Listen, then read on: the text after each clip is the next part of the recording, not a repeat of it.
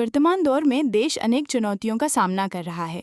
सीमाओं पर तनाव, आंतरिक सुरक्षा संबंधी मुद्दे तथा सामाजिक असंतुलन जैसी परिस्थितियों के बीच पत्रकारों को अधिक जिम्मेदारी, संवेदनशीलता और विवेक के साथ कार्य करना चाहिए। ये विचार पद्मश्री एडवोकेट उज्ज्वल निकम ने व्यक्त किए। वे शनिवार को वनामती सभागृह में विश्व संवाद केंद्र द्वारा आयोजित आद्य पत्रकार देवर्षि नारद पत्रकारिता सम्मान समारोह 2026 में मुख्य अतिथि के रूप में संबोधित कर रहे थे। कार्यक्रम में राष्ट्रीय स्वयंसेवक संघ के प्रचारक एवं प्रज्ञा प्रवाह के संयोजक सुनील सांठे, महानगर संघ चालक राजेश लोहिया, विश्व संवाद केंद्र के अध्यक्ष सुधीर पाठक सहित अनेक गणमान्य व्यक्ति उपस्थित थे।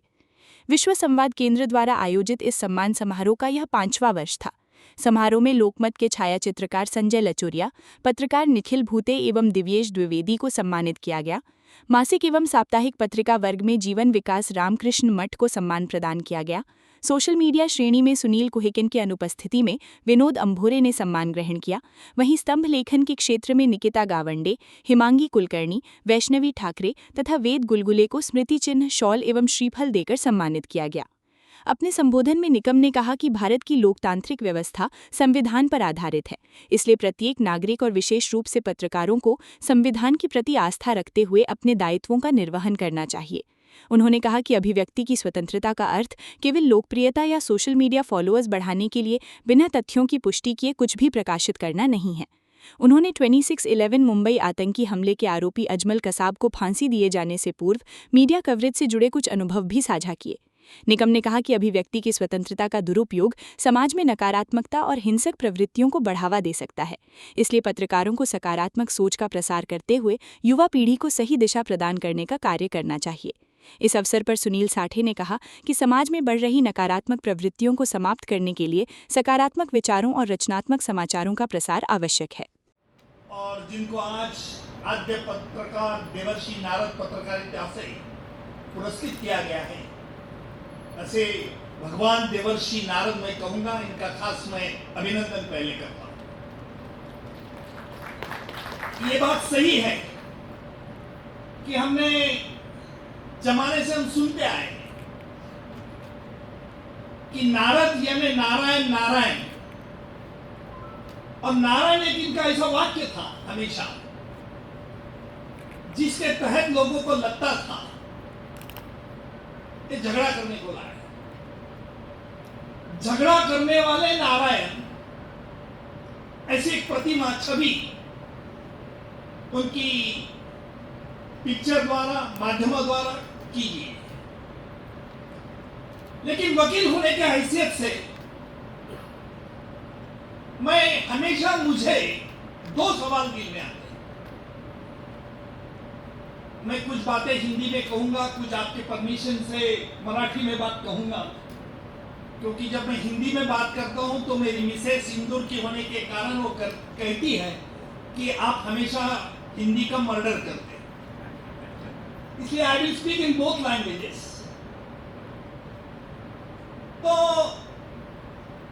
वकील होने की हैसियत से मैं जब देखता हूं, क्या सचमुच देवर्षि नारद जी को हम उस नजरिया से देखना चाहिए? उसका जवाब मैं देता हूं, नहीं। अगर आपने इतिहास पढ़ा है तो हमें यह बात जरूर ध्यान में आएगी, जो हमें इतिहास सिखाता है कि हमारे देवों की, भगवान की इच्छा नहीं थी कि दानवों से लड़े, क्योंकि देव भी खुश थे, दानव भी खुश थे,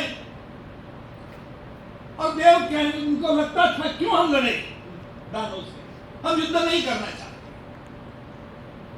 लेकिन नारद जी ने यह उनको महसूस हुआ कि कुछ कारण ये देव लोग लड़ना नहीं चाहते, और दानव, ये तो पूरा विश्व देवों को कैद करने की सोच रहे, तो क्या किया जाए?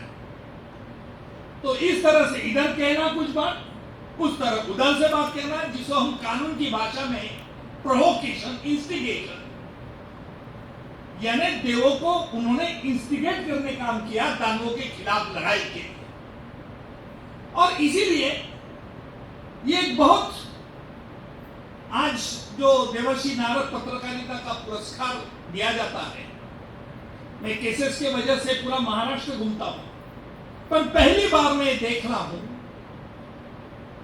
कि ये नारद पुरस्कार ये नागपुर में दिया जाता है और संघ के तरफ से दिया जाता है और इसका सिलेक्शन करने वाले 7 लोगों की कमिटी रहती है और किसी से एप्लीकेशन नहीं मंगवाते, लेकिन साल भर पत्रकारिता काम देखते हैं और फिर उनको चुना जाता है। अलग अलग माध्यम के प्रतिनिधि को ये पुरस्कार दिया जाता है।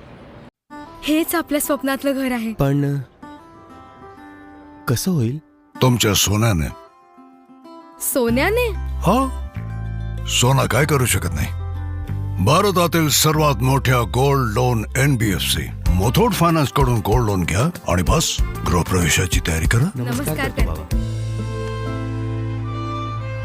बघितलं, सोनं काय करू शकत नाही.